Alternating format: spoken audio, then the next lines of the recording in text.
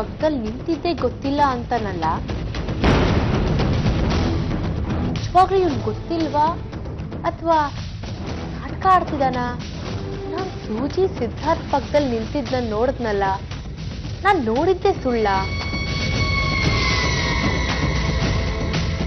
ಏನ್ ಯೋಚನೆ ಮಾಡ್ತಿದ್ಯಾ ರಶ್ಮಿ? ಏನಿಲ್ಲ.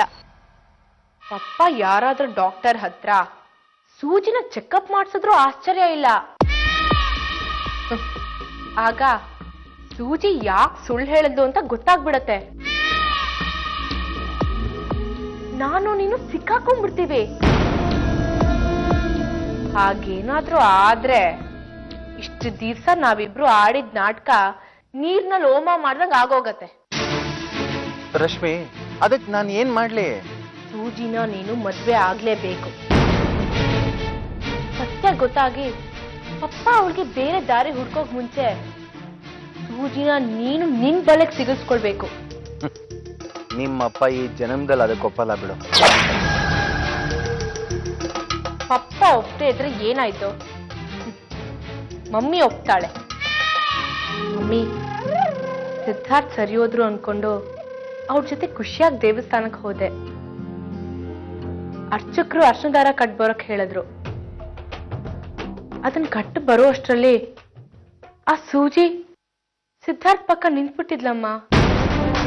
ಏನೋ ಸೂಜಿ ಅಲ್ಲಿಗೂ ಬಂದಿದ್ಲಾ? ಅವಳು ಅಲ್ಲಿಗೂ ಬಂದಿದ್ಲು. ನಾನ್ ನಿಂಗೆ ಹೇಳಿರ್ಲಿಲ್ವಾ, ಅವಳು ಸಿದ್ಧಾರ್ಥನ ನೆರಳಾಗಿ ಸುತ್ತಾ ಇದ್ದಾಳೆ. ಸಿದ್ಧಾರ್ಥ ನನ್ನಿಂದ ದೂರ ಮಾಡಕ್ಕೆ ಅವಳು ಹೊಂಚಾಕಿ ಕಾಯ್ತಿದ್ದಾಳೆ. ಒಂದು ಸಾರಿ ಸಿದ್ಧಾರ್ಥ್ ಅವಳ ಮೋಹಕ್ ಸಿಕ್ಬಿಟ್ರೆ ಅವ್ರು ಶಾಶ್ವತವಾಗಿ ನನ್ನಿಂದ ದೂರ ಆಗ್ಬಿಡ್ತಾರಮ್ಮ. ನೀನೇನು ಯೋಚನೆ ಮಾಡ್ಬೇಡ ರಶ್ಮಿ. ನಾನ್ ಮಾಡಿರೋ ತಪ್ಪನ್ನ ನಾನೇ ಸರಿ ಮಾಡ್ತೀನಿ. ಸೂಜಿ ನೆರಳು ಕೂಡ ಸಿದ್ಧಾರ್ಥನ ಮೇಲೆ ಬೀಳಬಾರ್ದು. ಹಾಗೆ ಮಾಡ್ತೀನಿ.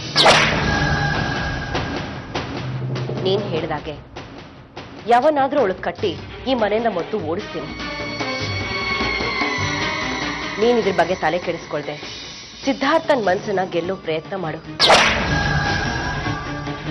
ಸಂತೋಷವಾಗಿರು.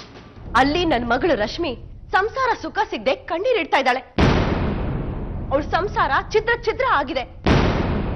ಅವಳ ಬದುಕು ನರ್ಕ ಆಗಿದೆ. ಸಿದ್ಧಾರ್ಥನ ಸೆಕೆಂಡ್ ಹ್ಯಾಂಡ್ ಗಂಡ ಅಂತ ರಶ್ಮಿನ ಅಣಕಿಸಿದವರು ಬೇರೆ ಯಾರು ಅಲ್ಲ, ನೀವ್ ಇಟ್ಕೊಂಡಿದಿರಲ್ಲ ಅದೇ ಸರೋಜ. ನಮ್ಮನೆ ಅನ್ನನೆ ತಿಂದು ಇಂತ ಮಾತಾಡ್ತಾಳಲ್ಲ, ಅವಳಿಗೆ ಎಷ್ಟು ಸೊಕ್ಕಿರ್ಬೇಡ.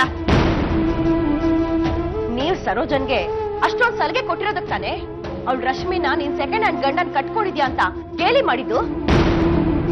ಇನ್ನೀ ಸೂಜಿ ಆ ರಾಕೇಶನ್ ಜೊತೆನಲ್ಲಿ ಚಕ್ಕಂದ ಆಡಿದ್ ಸಾಲ್ದು ಅಂತ ಸಿದ್ಧಾರ್ಥನ್ ಹಿಂದೆ ಬೇರೆ ಬಿದ್ದಿದ್ದಾಳೆ. ಅವ್ನು ನೆರಳಾಗಿ ಕಾಡ್ತಿದ್ದಾಳೆ. ಅಲ್ಲಿ ನನ್ ಮಗಳು ರಶ್ಮಿ ಕಣ್ಣೀರ್ ಇಡ್ತಿದ್ದಾಳೆ. ನನ್ ಕತ್ತರಿಸ್ಗೆ ಸಾಯಿಸ್ಬಿಡಿ ಅಂತಿದ್ದಾಳೆ.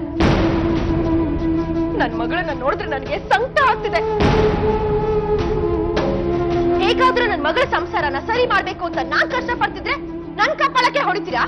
ಇನ್ ಒಂದು ಕ್ಷಣ ಕೂಡ ನಾನು ಈ ಮನೆಯಲ್ಲಿ ಇರಲ್ಲ ಶ್ರೀ. ಈಗ ನಾನು ಈ ಮನೆನ ಬಿಟ್ಟು ಹೋಗ್ತಾ ಇದ್ದೀನಿ. ಅಲ್ವೇ ಸರೋಜಾ,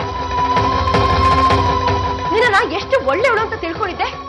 ನನ್ ಗಂಡನ ಬುಟ್ಟಿಗೆ ಹಾಕೊಳ್ಳೋದು ಅಲ್ದೆ ಈಗ ನನ್ ಮಗಳ ಸಂಸಾರಕ್ಕೆ ಹುಳಿ ಹಿಂಡ್ತಾ ಇದ್ಯಾ? ಎಷ್ಟೇ ಕೊಬ್ಬು ನಿನ್ಗೆ. ನಿಮ್ಮಿಬ್ರಿಂದಾಗಿ ನನಗೂ ಈ ಮನೆಗೂ ಇದ್ದ ಋಣ ಇವತ್ತಿಗೆ ಮುಗ್ದೋಯ್ತು. ಈಗ ನಿಮ್ಮಿಬ್ರಿಗೂ ಹಾಲು ಕುಡಿದಷ್ಟು ಸಂತೋಷ ಆಗಿರ್ಬೇಕಲ್ಲ. ನಾನೀಗ ಈ ಮನೆ ಬಿಟ್ಟು ಹೋಗ್ತಾ ಇದ್ದೀನಿ.